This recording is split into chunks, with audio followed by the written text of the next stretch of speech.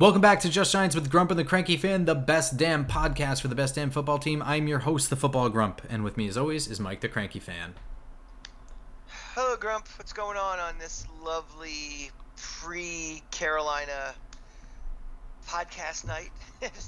Since all of our teams are all shitty again, now we're just me and you trying to figure this Just all hanging out. Yeah. This has become the podcast That's again. what we're doing now. We've hit that point where we always say, Grump, well, we hope we have relevant games by Thanksgiving, and here we are. Pre-Halloween. We're not even Halloween yet, and we're talking about the draft. And we're talking about who our new GM will be. And I mean, you're talking about basketball and hockey, I'm sure. Hey, if all you Knick fans out there, I know I rip on you all for being Yankee fans, but if you're all Knick fans, I was at the Garden last night for that double overtime win to start the season. That was exciting. I mean, that's something where, that crowd was rocking like a playoff game. I think a lot of Knick fans or a lot of them are Giant fans, and I think they're Yankee fans, and they're fed up with their teams, and they're sick of losing. They're sick of the Yankees falling short in the postseason. They're sick of the Giants falling short in life, and the Knicks. I mean, I don't know what kind of bizarro world we live in where they're providing us some hope, but all right. So for one night, I got to leave a sporting event happy. Well, I'm gonna dive down some Just Giants podcast history here. We have never seen a winning season, right? So we started this podcast coming off of the 2016 season, wow. where we pretty much had we should have started it that year with the amount that we were talking and all the effort I was putting into just looking at things. You know what we'll do, Grump? One day we'll dig out all the old texts from 2015, 2016, and we'll get some voice actors. We'll hire some actual actors like Tom Cruise and just somebody with like a really recognizable voice, and like Christian Bale, and have them read them for us. I was thinking, I think he just died recently, but Sean Connery would be a good one to do for us. Yeah. And, James Earl Jones would be fantastic. But sure, yeah. But the point is, we've never been able to have a show and been like, all right. Oh, where it's like a whole season of like what we wanted to do. I mean, like I want to break down film and be like, man, this. I can see where they can exploit this, and like to a certain extent, I do that now, but I don't really get that excited because it's like, I mean, they could exploit this. Like, will they though? I have no idea. There's some guy from Target who used to bring in carts. He's our left guard right now. Yeah, exactly. It's breaking down film to see how badly they're going to stomp us. So these are the dark times, my friend. And the other bit of Just Giants trivia here is that this is a bit of a heated matchup for us going against the Carolina Panthers. Yes. Carolina in general. So like I like to go on one or two road trips per season just to see other cities, obviously to visit other stadiums, but like I like eating the local food, seeing the market, because it's really cool. New York is not a very like sport team like town because it's so divided between, first of all, people moving from all over and taking their customs and their teams with them, but also just multiple teams in the same sport. Yeah, so right. It doesn't function like when you walk into Pittsburgh and the entire place from start to finish is black and gold.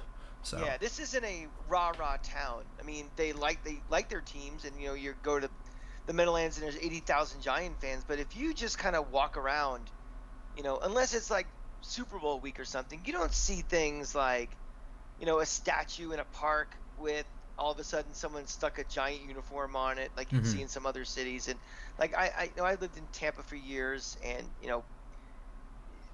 when it's game week, it's like everybody at work is like, hey, are you going to the game? Yeah, I'm going. Hey, you want to meet by the Pirates ship for a drink? Like in Jacksonville, it's it's like an extension of having a college there, that college feel, and it's very professional here in New York. And again, because it's across the river, it's kind of like over there, so it's not the same as some of these other places.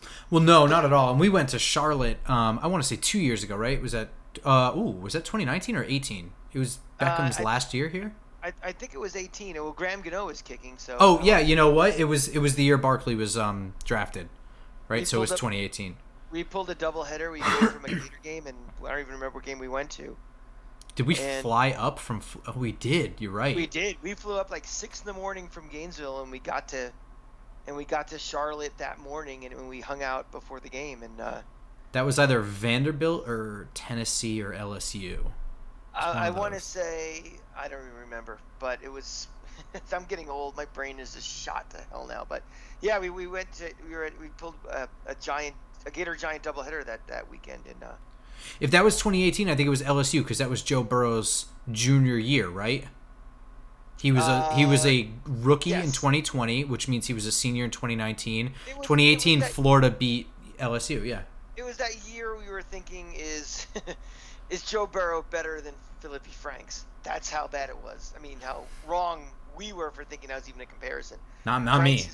Franks is now holding a clipboard, and he actually got a gig in the NFL. He is a third quarterback in Atlanta right now. But Joe Burrow became Joe Burrow in 2019, and then, to bring this story full circle, Joe Brady, his offensive specialist, he wasn't even the offensive coordinator at LSU, is now the offensive coordinator for Carolina.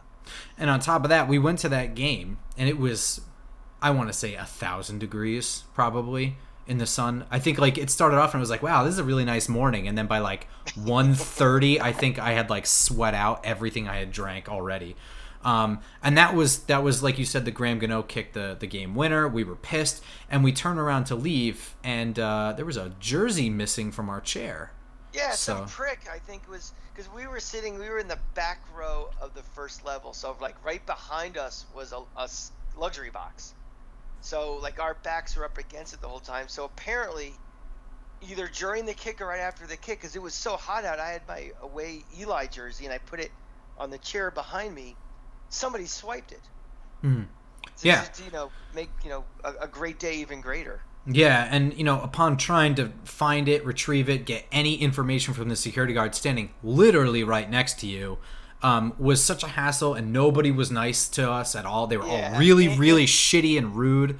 Andy from Mayberry wanted nothing to do with with those damn Yankees that were invading there. A lot of Giant fans were there. I mean, a lot of New Yorkers have moved to North Carolina, into the Charlotte area, but this is still the deep South, and they want nothing to do with our lovely accents and our Yeah, so you know what? My attitude is fuck that city, fuck that state, fuck both those states. They can't decide which state that team belongs to.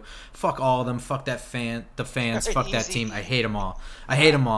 I'm sorry. That was one of the worst experiences I've had in an NFL game. Well, believe me, that probably wasn't even one of the top 10 worst I've ever had. I mean, I could stand somebody giving me some lip and we'll smack talk, even if he's being a jerk. I mean, obviously we're not talking swinging or throwing punches, but I'm not really that guy anyway. I'm not really going to instigate that. I won't let it get to that level. But to just straight up steal property like that, and I don't know, man. That's a pretty brutal. I mean, they're a bunch of rednecks down there. They always have been. They always will be, no matter how many people from the north move down there. But whatever. I mean, it brings up a question that we had a pretty hot debate on, and it's a lesson learned for Grump and I. We should probably hit record as soon as we turn on our cameras and as we're prepping for this, about what constitutes a rivalry. Yeah, so we had a really long discussion. I have a theory that the NHL's local markets and the way that they're on top of each other in the division, the markets are on top of each other with Philly, New Jersey, 2 New York teams. Pittsburgh's really not that far away. You've got Boston not too far away either. That really helps that NHL rivalry, because that division, all those fans, they live on top of each other, and it's close and it's bitter. And I mean, going to Devils Rangers games are always fun. It doesn't even matter which arena you're at. That is just such an electric atmosphere. And whatever. My theory is that because of Carolina's proximity, it would make it for a tighter division than Dallas being there because it's so far away. It totally went off the rails. Just it was. Well, what were we talking for 30 minutes when it was just we were just outlining what to do? Yeah. Just to really brief this, Grump has this belief that Carolina and New York are in some sort of any type of geographic proximity where it's a completely different culture down there than here. It's not a drive. It's not a train trip. It's like you're on a plane. And to me, if you were to remove, let's say, Dallas from the East and you had it more geographically based, first of all, no Giant fan would want that, and second of all, I don't know what any good it does for the league. It's not like you can just hop on a train and be down there in 2 hours. I mean, it's a flight like it's going to Atlanta, or it's like going to Cincinnati. There's nothing similar about the two markets. Now, I know a lot of New Yorkers have moved down there, but it's the same with Tampa or something. So, he's dead wrong on this one. No. See, he's mischaracterizing it again. My argument is that their market is closer to the other markets, plural, in the division, which would include Washington, which is a train ride away from Charlotte, and Philadelphia, which is not much further up the line from Washington, which is a train ride from Philadelphia. So, I mean, those are two train rides right there from each other. Those markets are, in fact, on top of each other. Philly and Washington are pretty far apart. I mean, that is a train ride. It's a train ride from here. Right, but that's like the outer stretch of how far you're going to say you're. But in all those cities, Boston, New York, Philly, Baltimore, Washington, they're all kind of linked. They're all northeastern cities with deep-rooted, not just in football, but in all the major sports, and just cultures that kind of have rivalries with each other. Hey man, look, if Boston could be in the division, that would be, if New England were in the NFC East, I would argue that that's an even stronger rivalry than anything Carolina could offer, both with Philly and New York, and I think, probably even Washington as well, but I didn't come up with the conference system the NFL did. So, I mean, when you get into splitting up the conferences, it becomes much more convoluted. Doesn't matter. My point wasn't that they should change it now, because like he said, it's too far ingrained now, and any change you make now will have an impact, but not for like 50 years down the line when generations change. And things change in the NFL. So, no, I don't think it does any good to change it right now. But it was just a thought experiment. And one other thought thing before we actually move on to the task at hand, because we don't want to talk about this current Giant team. We also had the second debate: is Giants Washington even a rivalry anymore? Yeah, I think it's becoming one again now that they're both seemingly on the rise at the same time. It's feeling a little minor, but I mean, we go to games that are at MetLife, Dallas Giants, and I want to punch people. We go to games that are Dallas Eagles, and I want to punch people. We go to games that are Giants Washington. I've stood on the train next to people, and they're totally cool. I mean, they're really not. They're not heated with me. I'm not really heated with them. Cool. It was, cool people versus a-holes, that's anecdotal. You just happen to run into everything I've just said was anecdotal. Right. I mean, so like, this guy's cool, this guy's a jerk. That's just, when you just happen who you rub up against when you're in a train or sitting. It's just that Washington has been consistently it's not because of proximity or anything. Like, historically, there's obviously a very deep rivalry there. I mean, those are two of the oldest franchises in the league. But, just for me personally, in my entire lifetime, Washington has been such a cellar dweller for so long that it hasn't felt like a very strong rivalry. Obviously, anyone in the division is a manufactured rivalry to begin with, but it always felt like that. It was just like, yeah, I care about Washington, but because they're in the East. Grump, what year were you born? 87. It's amazing. In your lifetime, the Giants really haven't been very relevant either. I mean, I guess, but in my lifetime, they've won every Super Bowl they've ever won. That's true. That's not true. They lost. It's not. Oh, sorry. You're right. But the Giants. No. Yeah, every Super Bowl that franchise has won has been in my lifetime. That's what I was saying. When were you born? In 87? Yeah, it's technically out of it. I was born the same year, but months later. Okay. It's pretty condensed. They were. But it's such a weird. If you look at like the little chart of their success, it's not like this. The Giants have been like this, and no, it was. They started out real high and they plummeted real bad, and they're back there again. It feels like my Dan Reeves days. Yeah. Dan Reeves, Dave Brown. Yeah, it feels like it. Like we've talked about, one of the knocks on Eli for his Hall of Fame credentials is how many playoff wins he has, and other than those 2 years. None. 0. Yeah. It's a very strange. We are a very strange franchise that if we weren't in New York and didn't have the history of the names of the Giffords and the even like the Lawrence Taylors and ingrained in the NFL Films video you see in your mind. I mean, what would people think of the New York Giants if we were based in, I don't know, Cincinnati, or Um, it'd be I'm weird. trying to think of like what other team kind of had the same up and down. Washington, maybe. I mean, Washington has what, 2 Super Bowls, 3, 2. Um, yeah, I don't think so with Washington though. Yeah, it's not I Washington. mean, like even when the Giants weren't performing very well, like you said, Eli only had the one playoff win. It's not like they were a bad team for all of Eli's years. I mean, especially the early years. We can, go into a whole Giants history lesson on everything that happened from Hey, like hey, 2011 on. we keep losing. That might come sooner than you think. I know, but I mean, really, from the 2016 wasn't too bad. 2007 was obviously good. 2008 was one of the best football teams I've ever rooted for in my life. 2009 was the shitty year, and that was because they had no plan for Plaxico Burress. I mean, they drafted Hakeem Nicks, was a rookie. They were really relying on Steve Smith to be a number one receiver. But that 2010 team almost made the playoffs. 2011 team won the Super Bowl. I mean, that era in between there, even though they only had the playoff wins in those 2 seasons, everything in between, they were still a team that people were worried about. The results don't really match what they actually were. Right, but I don't think around the league people in circles thought the Giants were a joke in that time frame. No, but that's only like a 4 or 5 year stretch too. No, I know. Yeah. No, In it's the, I mean, from 6 to it's 5 years. In that decade before, like leading up to the Eli, draft pick, and then, in the decade almost since the last Super Bowl, it's been pretty.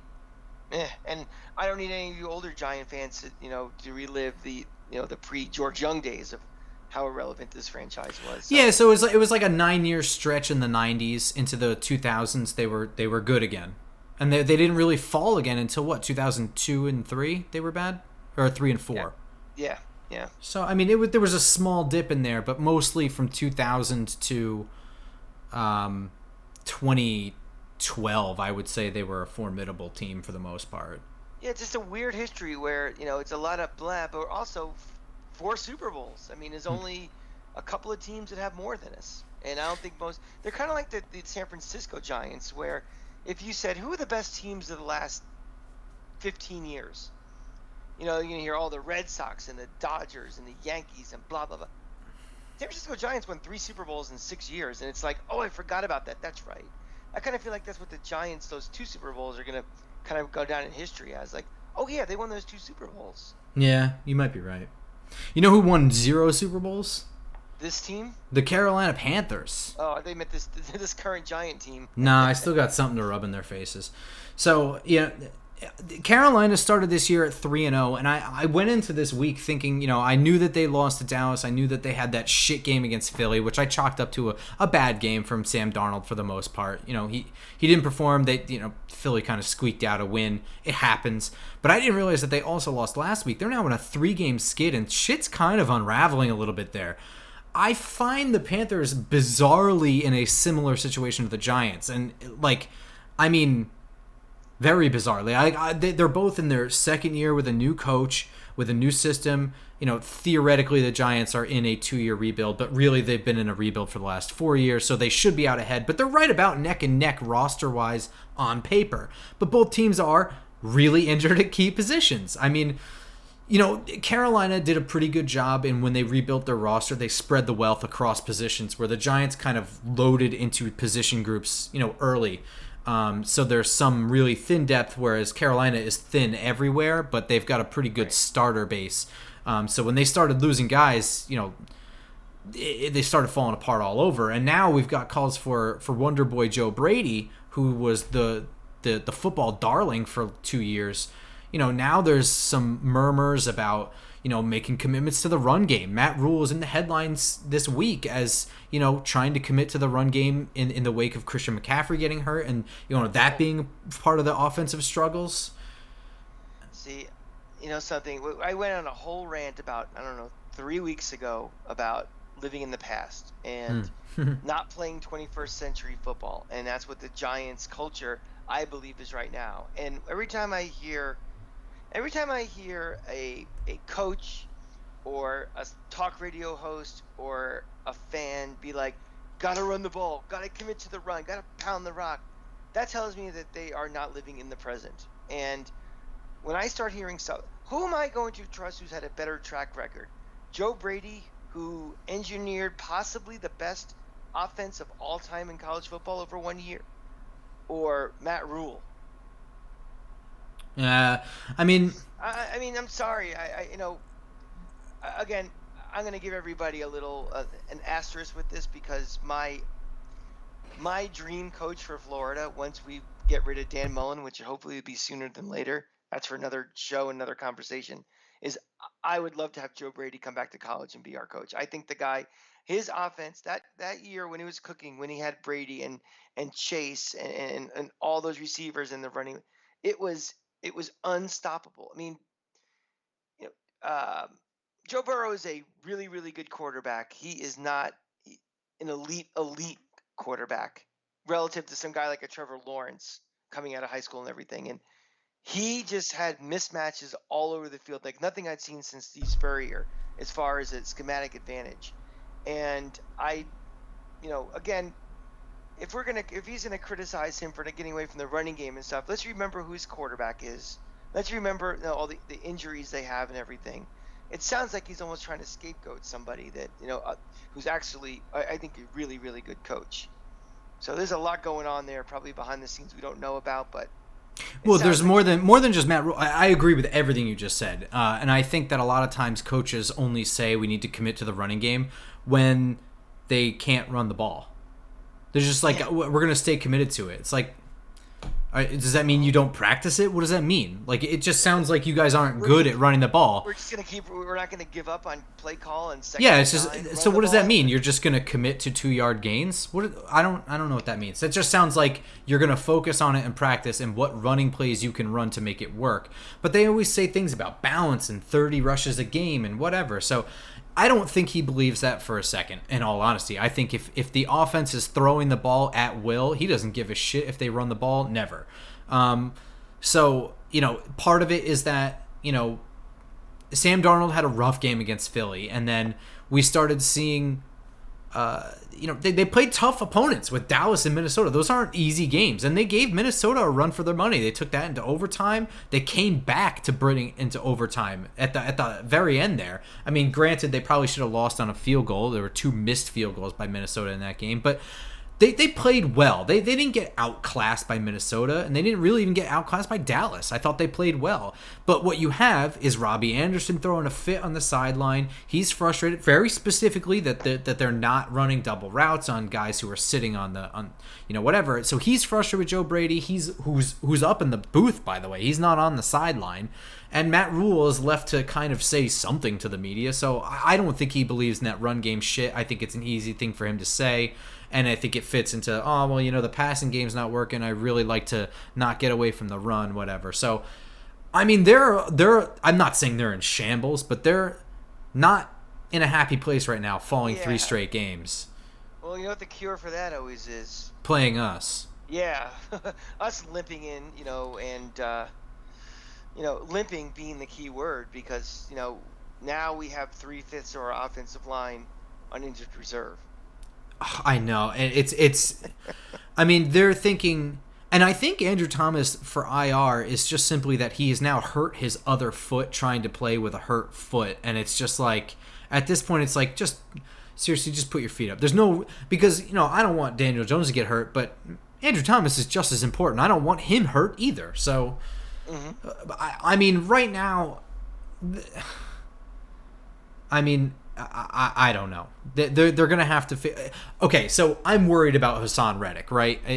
On the back end, the Panthers have an option to activate Stephon Gilmore that they've obtained in a trade. He is capable of being activated this week, but he is coming back from an injury. He's only practiced Wednesday. I was hoping I'd had information whether he was going to play today or Sunday for this episode or not. Matt Rule said he would make a determination on Thursday. He lied. They're going to make a determination later. So I'm sorry. That will change everything because on the back end, what they've got right now is just really Dante Jackson and AJ Boye. They have a young emerging talent in Keith Taylor, who's showed some promise, but their safeties aren't very. I mean, like Jeremy Chin is, whatever. On the back end, they're kind of weak. And in all honesty, if the Giants came into this game with a full set of, Kenny Golladay and Darius Slayton was healthy, and John Ross is on the injury report this week. Or a full offensive line that could give time to get these guys open. Or that too, yeah. I mean, just the full gamut of receivers, like, I would feel very comfortable about going up against the secondary. I mean, shit, even if they have Stephon Gilmore, if we have a full gamut of receivers, I feel okay. I mean, AJ Boye is above average, and that's the best they've got back there. So, well, actually, I would say Dante Jackson's better, but Dante Jackson's better. Yeah, he's better, but he's been there for a while. AJ Boye was like their big free agent pickup, and he's whatever, he's fine. But I mean, I think what we're gonna see, and what I've seen some success teams running against them with Dallas, and Minnesota a little bit too, is running max protect. First of all, I don't know how else they're going to protect Daniel Jones, but they're going to have to come up with a variety of plays to run max protect because they're going to need it a lot. But, I mean, it's going to be some runs, they're going to have to run some screens, and they're definitely going to have to run some play-action deep shots out of max protection. They've already done a pretty good job of that because, in part, some of the guys they're leaving in to protect are guys like Evan Ingram, where someone's slipping out into a route and you'd expect it to be him, but it's not. Instead, it's Caden Smith or Kyle Rudolph, and then you've got Colin Johnson or somebody else running deep on the other side. Just, they have such a full gamut of big guys that can do both either block or run, and they've had success with that already, and we've seen other teams have success with that against Carolina as well. They've had success, but it's not consistent success, unfortunately. Yeah. We can hit a play or two. The question is going to be, how much can we sustain that? And with this patchwork line, that to me just it kind of starts and stops right there. I mean, you're absolutely right. Nate Solder is an abomination. He might have played his worst game I've ever seen last week. I mean, to be fair to him, he probably shouldn't be out there. I mean, if we were anywhere near healthy, he would probably be cut at this point. They probably would say forget it, but it's just, and I don't know if I necessarily are buying everything. Well, this is all Gettleman's fault because we are this thin right now. But it's like, who plans for having 3 guys on IL? And that's significant. A significant setback for it. I mean, if one guy gets hurt, you should be able to account for that. 2, maybe 3. Yeah, I mean, we looked at Dallas a couple years ago, and they had 3 offensive linemen go down, and they were terrible. I mean, teams aren't meant to. I mean, the cap doesn't really allow for you to have that level of depth on offensive line and also be a competitive team with money allocated for the rest of your roster. It just doesn't work like that. It would be amazing if any team could sustain that. It's so aggravating, Grump, because they say, if you can catch a quarterback in his rookie deal, you're not putting so much money to the quarterback you can spend for all this stuff. And it's just, you have Daniel Jones, still on his rookie deal, and we have no cap flexibility at all. And we have nothing to show for it. We're still in the toilet. Well, you chalk that up to some level of heavy spending in addition to the cap having no increase because of COVID. Nope. Yeah, but I mean, everybody has that too. Yeah, you're right. I agree. I mean, you're right. And to be fair, they spent the money because I think they thought they really would be competitive, but not expecting to not even start the year with their left guard. I mean, theoretically, yes, they did. I was actually corrected on this week because I keep forgetting Shane Lemieux played a series before going on IR. But I mean, really, they started right away with a key piece on IR. They were pretty much one injury away from being shaky, and then you follow it up with a brutally broken leg to the center position, and now you're fucked. And the plan for the backups were guys who just took flyers on and retired. Yeah, so they had to scramble and get guys right at the end at cut day for cheaper rather than go out and get them earlier, and they had to figure out the friggin' playbook. So I don't know. I mean, this is actually a more winnable game than I thought. Carolina's having just as many, not just as many, but they're having significant injury issues as well. Guys like J.C. Horn on IR, Zylstra's on IR, Taylor Moton has now had to move to left tackle instead of right tackle when they went out and got him. So they've got, Christensen out there looks terrible. I think they've been doing the same thing we've been doing, which is just cycling out tackles and doing just praying. If you want to earn your Giants fan card, I mean, we will see you at the Meadowlands this Sunday, because this is really going to be, even if we're competitive in this game, this is going to be an ugly game. This is not going to be one that they're going to be showing on NFL Network in 13 years from now saying this classic.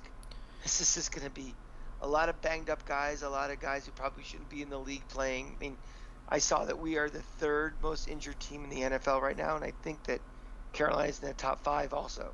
So yeah. You got a lot of guys that are kind of filling gaps right now. Yeah, I mean, this might look like a high school football game out there, which is just with the injuries and the fact that both of these teams are emerging. They're coming out of the depths. They weren't. Neither one of these teams was prepared to be in the top 15 of teams with injuries right now. Neither one of them, and now they're both in the top 5. So, on defense, I'm really only worried about the team being on the field for 2/3 of the game again, like they were last week. The defense finally started to figure some stuff out last week. Whether that was scheme or game planning, execution, or any combination of those, they looked pretty sharp to start the game, and I was actually pretty surprised against a markedly more lethal Rams offense. But then they started to adjust a little bit. They started to adjust. Also the defense was on the field for so long, and the offense was fumbling in the red zone, in their own red zone. Defense has to defend 10 yards. Things like that. I wouldn't have told you they'd be good enough to do. A game is not like, dump, bump, bump. Things.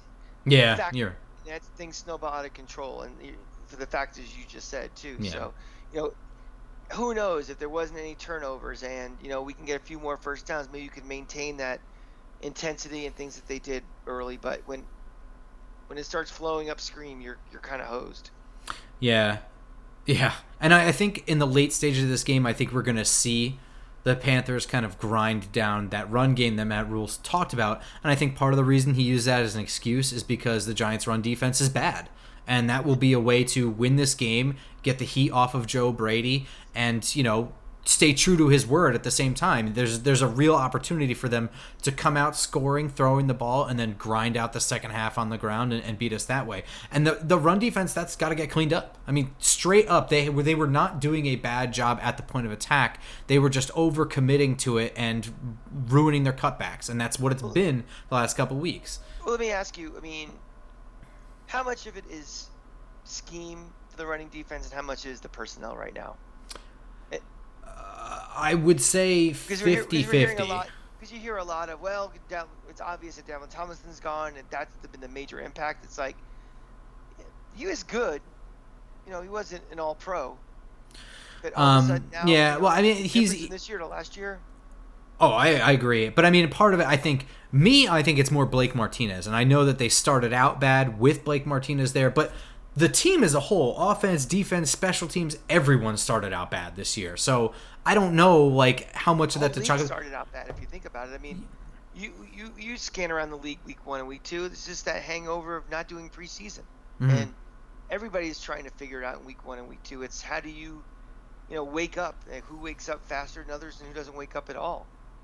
Yeah, I think you can't leave out the one of the NFL leading tacklers as being one of the reasons the run game sucks, even if he wasn't doing so great in the first 2 games of the year. But also some of the scheme is Jabril Peppers not being utilized the same way he was last year, in a much more reduced role, playing a lot of man coverage as well, and not being as much in the box as he was last year. I think that's hurt the run game a little bit.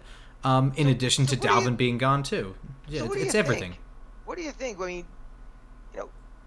Is it, again, because it's just personnel, we don't have these guys playing, that Graham is just less aggressive, or just schemed differently, or is it just, I'm just running the same thing I did, we don't have the guys who are doing it anymore? Do you think he's consciously changed what he's doing because of his personnel? Have you noticed anything that's like, we weren't doing that this year, or now we're doing that this year? I don't know. I think... he's consciously changed the scheme because of the personnel, because he's got more man cover corners. That's for starters. So, right off the bat. And we've seen, like I said, right from the beginning of the year, Jabril Peppers' role has been reduced So he's consciously made a change because of the man cover corners he's got. He doesn't have to run zone constantly like he did last year. But it is a combo. I mean, he's moved away from. He's put them in a position now where it puts a lot more onus on the players to make a play at the same time that they've lost their their inside linebacker to injury, and they've lost a big run stuffing defensive tackle to free agency. Basically, just right up the middle. Pretty much. Yeah, we're talking tackle, linebacker, safety, boom, boom, boom, all gone. Yep. And we were criticizing Jerry Reese for building an organization from the outside in as opposed to inside out. Well, we've been gutted right in the inside. I mean, I have in the back of my mind wanted to tweet for a while now that Giants fans aren't going to be happy that defensive tackle is going to be a draft need. I mean, it's going to be an off-season need no matter what. And I know Giants fans don't want to hear it because we drafted Dexter Lawrence in the first and we paid Leonard Williams all this money, and we traded B.J. Hill. Yeah, exactly. And we let Dalvin walk but the fact remains is that defensive tackles. I mean, Philadelphia is a great team because they have they're not. They're a great defensive line because they have consistently invested in it over and over and over again. And how many guys have we've had no problem developing defensive tackles, but we don't re-sign them. Yeah, and you know what? I don't have necessarily a problem with that ideology. A lot of times these guys flame out with the big money contracts.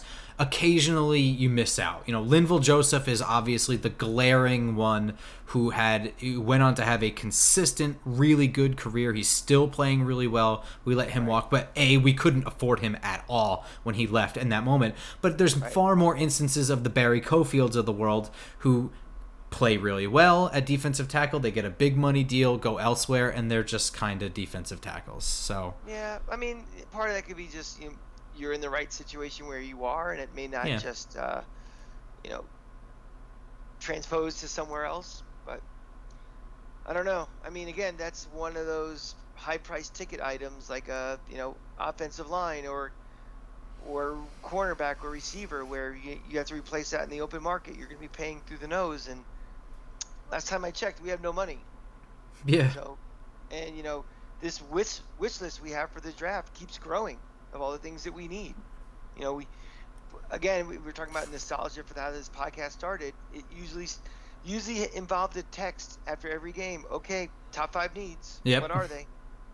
Yeah, and what is it? 3 O-linemen, a defensive tackle, 2 edge rushers, and an inside linebacker, right? And I always say, wait till after free agency, then we'll talk about draft. Yeah. But this year might be a very quick conversation. We have nothing. Yeah, it's true. Take what you can get. Speaking of having nothing, Sam Darnold doesn't really have a whole lot of weapons right now. No McCaffrey. He's missing some guys. So it's really Robbie Anderson is his safety blanket, his former teammate in New York.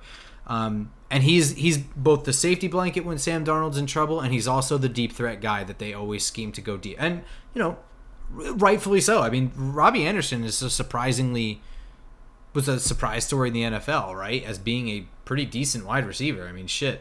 But I want to know if Azeez Ojulari or Lorenzo Carter or O'Shane Ximines want to get some stats, because whoever lines up at right tackle this week, I want someone to get in Sam Darnold's face. Now, Darnold can run, whatever, but I would at least like to see some QB pressures coming from the right side. And I don't give a shit which one of those 3 does it. I don't care if it's Nico Lalos. He's still Sam Darnold. Yeah, and he's been playing well, but the Philly game was brutal, and then the slide has been not so good. But that first 3 games, I think he threw 1 pick. He looked lightning. Looked pretty good.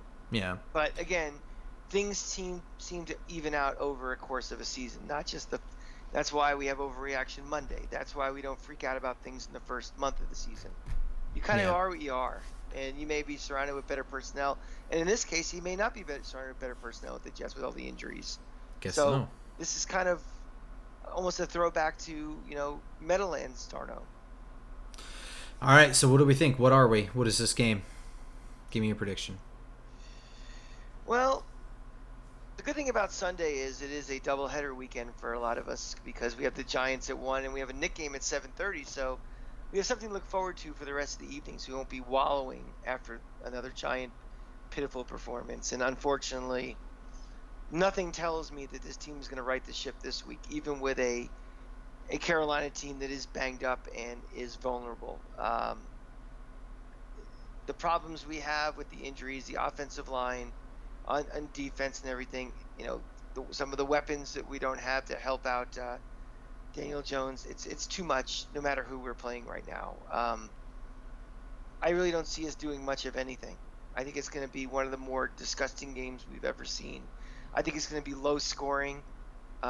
We are still fighting losers lose, so we will find some sort of way to blow this game. I think we're going to lose something like 17-12, and just really ugly. Yeah, I don't have a lot of faith in us in this game. I think that this is a winnable game this Sunday. There's a chance that they can win it. I think if both teams came into this game fully healthy, I think it would still be a winnable game. I think it would be nice and close, and I think it would be an enjoyable game because I think that they would be pretty evenly matched. I think it would be a fun shootout and a fun storyline. Unfortunately, they're both really hurt, so it's not going to be fun. Game. A lot of people from Carolina coming up for it, Grump. Hey, no, the storyline I meant of Sam Darnold coming from New York. Jeez. Oh my goodness. Yeah, I mean, it would be interesting. I don't know. Maybe this probably was the best thing for. Well, it's also there's the Dave Gettleman connection. There's tons of headlines here. Both these teams were playing really well, but instead they're both really hurt. One's on a slide and one's in the dumps. Mm-hmm. I think that this one scores a little bit more due to some bad defense on both sides, or maybe a defensive score from one team at one point. I mean, I think this one's going to be ugly all around, but I think Carolina wins in some weirdo score like 26-24. Could be a scoregami again, which we had last week. So, yeah, I mean, these are the dark ages right now, and it's unfortunately the way the NFL is structured. There's really nothing we can do about it until the off season. Hey, our predictions last week were really close. I think you were wrong by about 3 points, and I was wrong by 5. So yeah, that's not good. True, but I mean. And here's the thing, you said this is a potentially winning game, and I wouldn't be surprised if we squeak this out. No, me either. I'd be really happy if we did. The thing is, we lose this one. Look what we have coming up. We have Kansas City on a Monday night up there the week after, and Kansas City may not be the Kansas City they were 2 years ago, but. I mean, they're not in the same class as us. I mean, come on. Exactly. I mean, that could be a real bloodletting. So. Philadelphia is going to Las Vegas. Prediction? The coachless Las Vegas Raiders. Yeah, who's their coach? Who's their defensive coordinator or something. I don't remember or care. They still have Gruden's son still on the staff. Jay Gruden was on the staff? No, that's his brother. Oh, sorry, right. No, I don't know. Probably, right? His son is like the strength and conditioning coach. I don't see why he should be punished. Yeah, or removed. It's just weird, but the whole thing's pretty fucking weird. But the whole thing is very weird.